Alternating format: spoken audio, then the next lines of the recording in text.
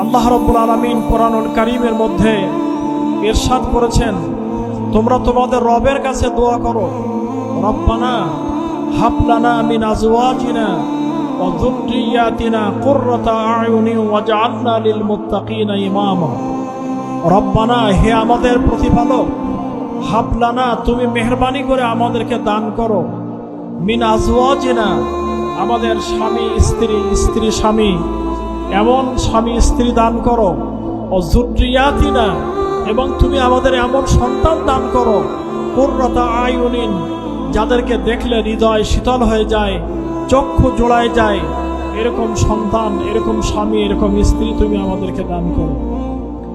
এবং তুমি আমাদেরকে মুত্তাকিদের জন্য, পরহেজগার মানুষদের জন্য ইমাম বানাও, আমাদেরকে দায়িত্বশীল বানাও।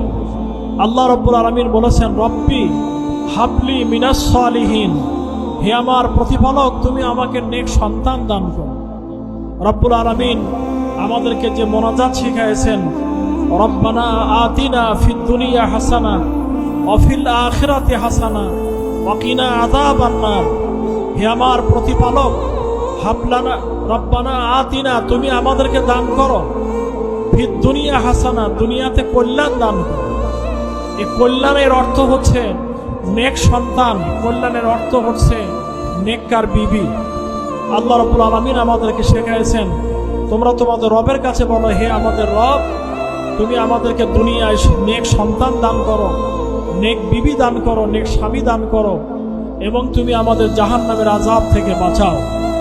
অতএব দুনিয়ার জীবনে যোগ্য করে গড়ে তোলা এবং পরকালের জন্য মুক্তির পথ দেখানো, নাজাতের পথ দেখানো। আমি মারা যাব, আমার মৃত্যুর পরে আমার সন্তান যেন আমার কবরেও সব পৌঁছাতে পারে, আমার কবরেও নেকির কারণ হতে পারে। রব্বুল আলামিন, তুমি আমাকে এমন সন্তান দান করো।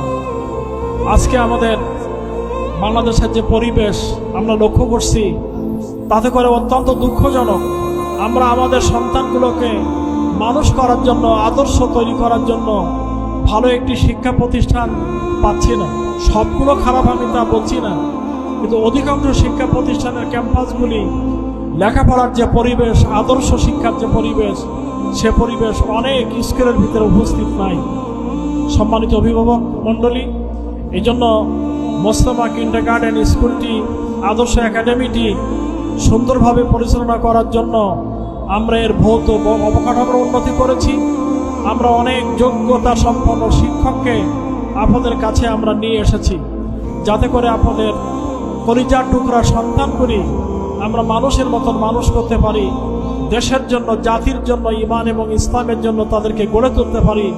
আল্লাহ রাব্বুল আলামিন যেন আমাদেরকে সেই তৌফিক দান করেন।